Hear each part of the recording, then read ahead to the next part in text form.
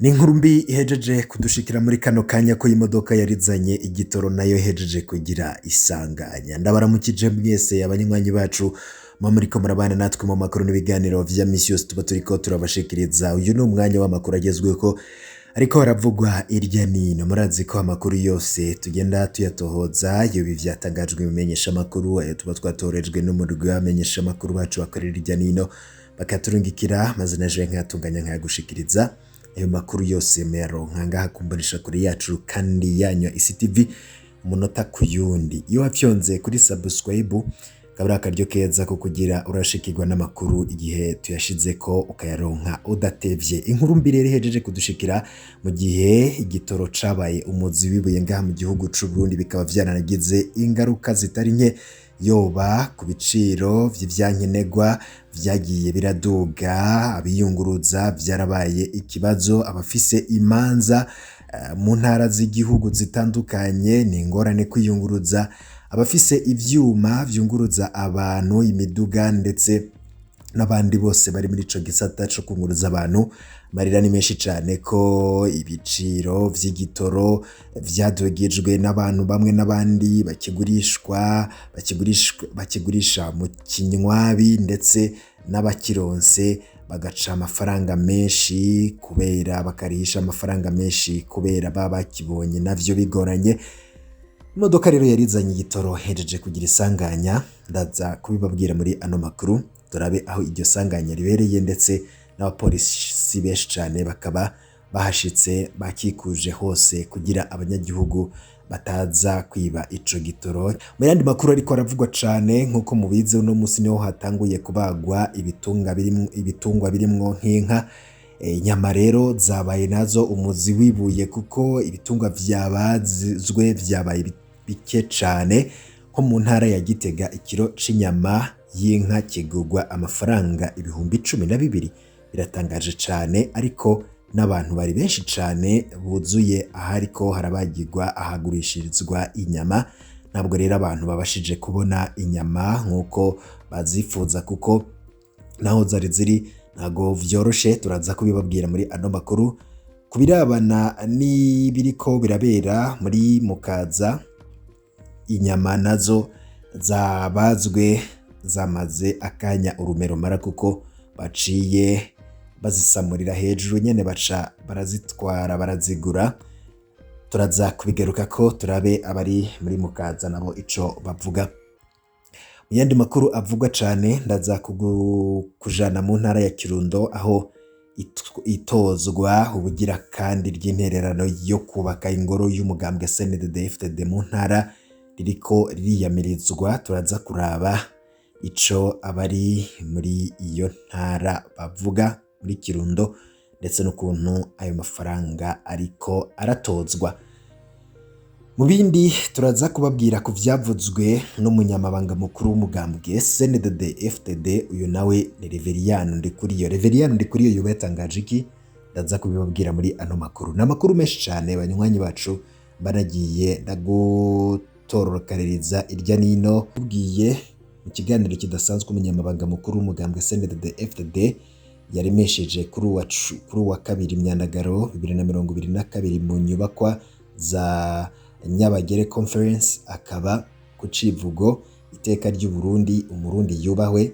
Mu gihe umugambwe CNDD-FDD wari umaze uhimbaza imyaka 7, mu gihe umugambwe CNDD-FDD wari uramutse uhimbaza imyaka 7 iheze, umuhisi Lieutenant General Adolphe Nshimirimana agandaguwe. Reveriyano Ndikuriyo akaba yasavye abarundi kuzigama akaranga n'imigenzo y'abasokuru aho bakora imihoro n'amasuka kandi bafatanye mu nda. Reveriyano Ndikuriyo akaba yahamagariye abanywanyi n'indongozi zo mu mugambwe CNDD-FDD gufata nk'icitegererezo umuhisi Lieutenant General Adolphe Nshimirimana mu kubumbatira amahoro hamwe no kurwanya bivuye inyuma inzigo, igiturire no gusesagura itunga ry'igihugu.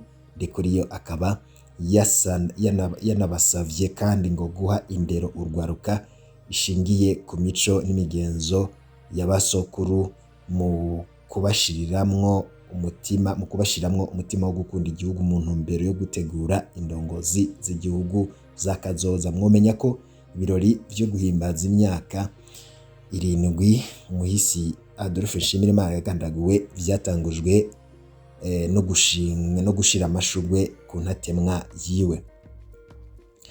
Nari nabikubwiye ko nza kukubwira ko mu Kirundo hariko hatozwa ubugira kandi intererano yo kubaka ingoro y'umugambwe CNDD-FDD mu ntara, ariko iryo tozwa ry'amafaranga rikaba ry'iyo ntererano rikaba ririko ririyamirizwa. Haraheze indwi imbonerakure abanywanyi b'umuhari w'urwaruka rwa CNDD-FDD nyinshi mu ntara ya Kirundo buraruko bw'u Burundi bariko baregeranya amafaranga agenewe kubaka inyubakwa zokoreramwo ibiro vy'ingoro y'umugambwe CNDD-FDD muri iyo ntara. Abanyagihugu bariyamiriza ubunyonyezi bwatunganijwe, amahera ngo bategekwa gutanga ayagera ku bihumbi 50 vy'amarundi, bose ata numwe avuyemwo bategerezwa kuriha ayo mafaranga kubw'abashinga intahe.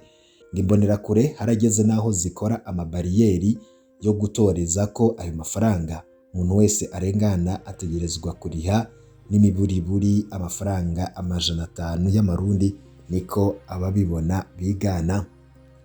Izindi mbonerakure ngo zica ku kibanza kimwe kimwe mu isoko y'intara ya Kirundo, ku bibanza bito bito bidandarizwamwo, ku mabotike ndetse no ku bunywero begeranya ayo mafaranga.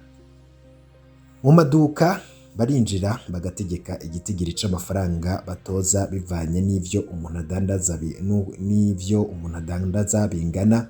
Birababaje kuko baranashobora kukubwira ko uriha ibihumbi 50 vy'amarundi, wanse naho baragutera ubwoba bakanakubwira ko bashobora no kukugarira urudandazwa canke bakakwica.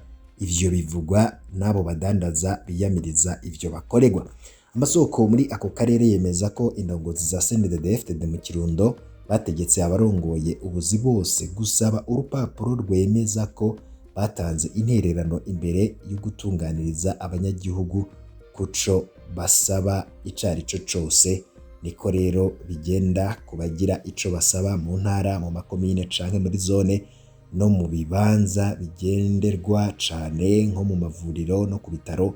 Umugambwe uri ku butegetsi utegeka abagwayi kubanza kuriha intererano imbere yo kugira ico basavye. Umwe ati babanje kuntera ubwoba ngo sintanga intererano, nariko ndiyumvira guhunga nko muri 2015 narabuze ico mfata hagati yo guhunga no gutanga ayo mafaranga. Nahisemwo ikigira kabiri mbuze uko ngira, nubwo nari nsigaranye utwo twonyene natanze birateye ubwoba. Niko umwe mu bakenyezi aheruka guhunguka haraciye umwaka ashinga intahe. Abanyagihugu bo mu Kirundo bavuga ko barengewe n'imfashanyo zidahera baguma bategekwa gutanga, bemeza ko ari ubugira icenda CNDD-FDD yegeranya ubwo buryo kuva muri nzero, kandi ko hari n'ayandi yari yaratojwe bakayatanga bavuga ko agenewe igikorwa. Ico gikorwa nyene kuva muri 2017. Nayo mu bindi biriko biravugwa cane nkuko nari nabikubwiye, inyama muri Mukaza bazigeze akanya urume rumara.